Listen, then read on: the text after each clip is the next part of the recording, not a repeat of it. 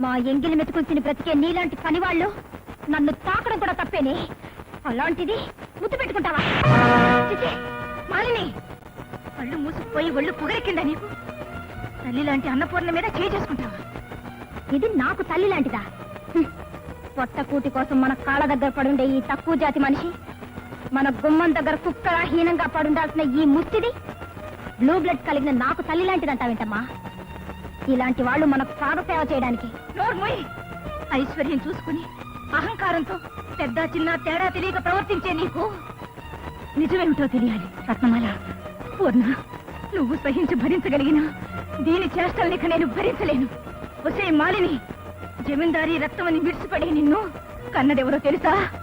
నేను కాదే, ఈ అన్నపూర్ణ.